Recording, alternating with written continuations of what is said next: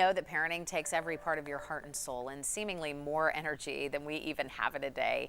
And online learning, you add that into the mix and it gets a whole lot harder. Chase Biefeld talks to a family therapist about ways to make your life a little easier if you're virtual.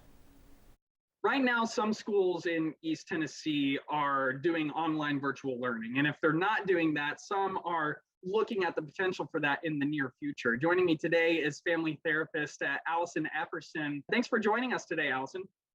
Thanks for having me. Allison, ask any mom or dad, parenting is already a pretty hard job. How does adding that online learning at home element to it make it an even harder job?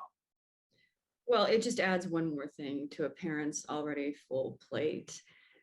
Parents are under a lot of stress anyway. And to give you some context as to how these CDC precautions have affected parents, CDC reported, I think last year, that 54% of parents noted an increase in emotional distress as a result of managing their children online.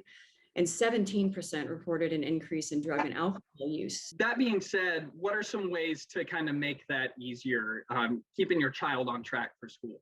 Plan ahead with your child so that both of you are on the same page with the schoolwork and what's due.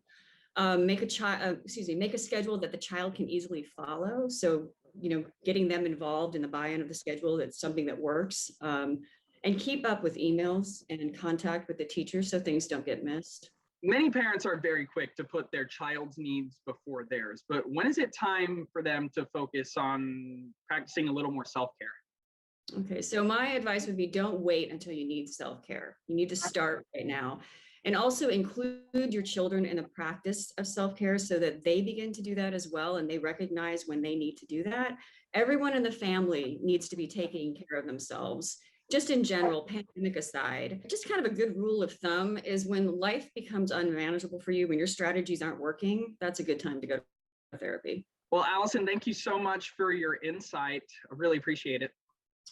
Thank you. We'll send it back to you in the studio.